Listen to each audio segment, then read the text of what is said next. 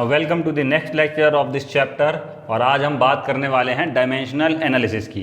तो ये टॉपिक जो है आपका इम्पॉर्टेंट है, कॉम्पिटिटिव पॉइंट ऑफ व्यू से भी इम्पॉर्टेंट है और एकेडमिक्स व्यू से भी बहुत इंपॉर्टेंट टॉपिक है। और जनरली इससे सवाल आते हैं, आपके इंटरनल एग्जाम में भी आएंगे और बाहर जहाँ एग्जाम में जाएंगे वहाँ भी आएंगे।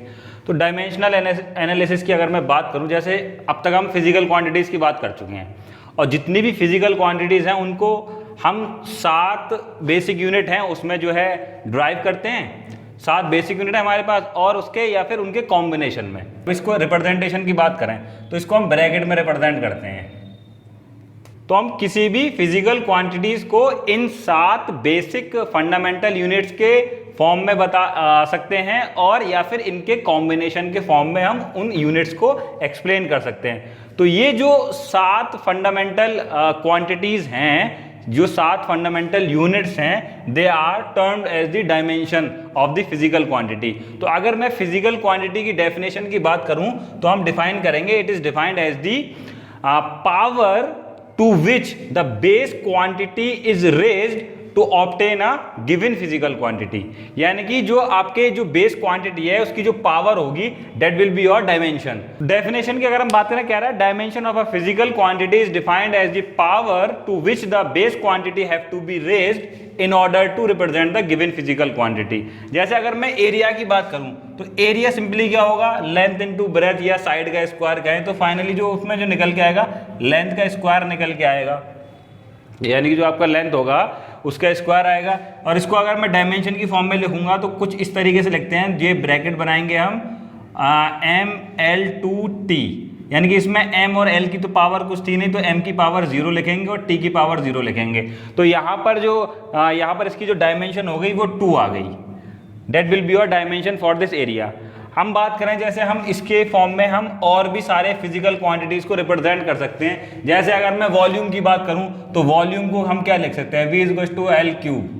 ठीक है, ये हम लिख सकते हैं M0, यानी बेस क्वांटिटी के फॉर्म में और उसकी पावर की फॉर्म में लिखो फॉर्मूला, वो आपका जो है डायमेंशनल फॉर्मूला होगा, तो हम लिख सकते हैं। या फिर मैं बात करूं वेलोसिटी की, तो अगर हम वेलोसिटी की बात करें तो वेलोसिटी को हम क्या लिख सकते हैं, वेलोसिटी हमारी होती है डिस्प्लेसमेंट अपॉन टाइम होता है हमारा, क्योंकि हमें जो है जो भी फॉर्मूला लिखना है वो बेस क्वांटिटी के फॉर्म में लिखना है, डिस्प्लेसमेंट अपॉन टाइम, इन 7 फंडामेंटल क्वांटिटी के फॉर्म में लिखना है। तो डिस्प्लेसमेंट तुम्हारा किससे रिप्रेजेंट करो दोगे तुम, L से, और टाइम तुम्हारा T से रिप्रेजेंट कर रहे हो।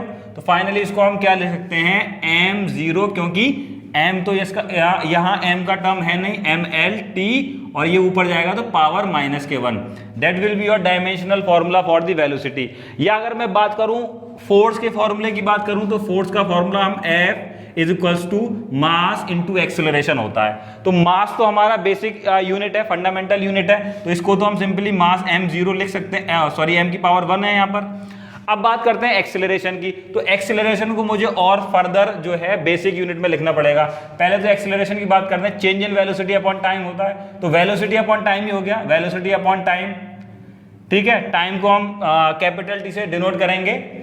अब वेलोसिटी की बात कर लें तो वेलोसिटी की अगर मैं बात करूं तो हम क्या लिखेंगे, डिस्प्लेसमेंट अपॉन टाइम। तो इसको हम लिखेंगे डिस्प्लेसमेंट L से लिखेंगे अपॉन टाइम, और एक टाइम ये है ही, तो फाइनली क्या होगा, L/T²। तो एक्सेलरेशन अगर डायमेंशनल फॉर्मूले की फॉर्म में एक्सेलरेशन को लिखें तो क्या निकल के आ रहा है, A = LT-2। तो यहां हम लिख सकते हैं एक्सेलरेशन के MLT-2। तो इस तरीके से आप किसी भी फिजिकल क्वांटिटी को इन टर्म ऑफ डायमेंशनल फॉर्मूले में आप लिख सकते हैं। ठीक है, ये आपका लिखने का तरीका हो गया।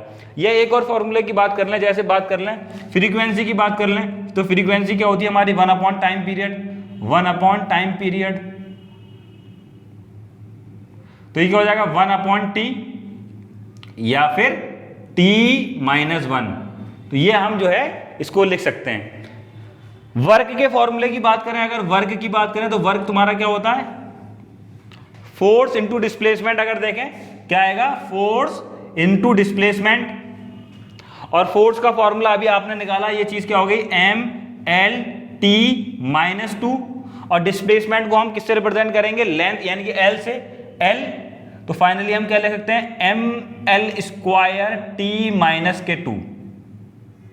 ये तुम्हारा वर्क का डायमेंशनल फॉर्मूला हो गया। इस तरीके से आप किसी भी फॉर्मूले को डायमेंशनली लिख सकते हैं। इस चैप्टर में अब जो हम बात करेंगे वो चेक करेंगे कि अगर कोई फॉर्मूला डायमेंशनली करेक्ट है या नहीं है। दूसरी जो बात करेंगे वो है कि हम कैसे फॉर्मूले को ऑब्टेन करें यूजिंग द डायमेंशनल एनालिसिस। ये दो बात इस लेक्चर में हम करेंगे। तो बात करते हैं डायमेंशनल फॉर्मूले की, जो है कि वो डायमेंशनली फॉर्मूला करेक्ट है या नहीं है, इसको हम कैसे चेक करें। तो इसके लिए सिंपली आपके पास जो है जो डायमेंशन है उस फॉर्मूले में वो लेफ्ट हैंड साइड की डायमेंशन बराबर होनी चाहिए राइट हैंड साइड की डायमेंशन के।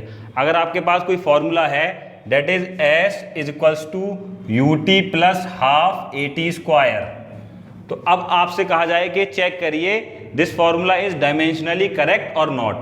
तो सिंपल सी बात है कि यहाँ पर जो है आप इसकी डायमेंशन निकाल लीजिए, इसकी डायमेंशन निकाल लीजिए, ठीक है। वो ऐड होंगे डायमेंशन, दो फॉर्मूले जो है ऐड हो रहे हैं तो उनकी डायमेंशन सेम होती है, ठीक है, या सब्ट्रैक्ट हो रहे हैं तो उनकी डायमेंशन सेम होती है।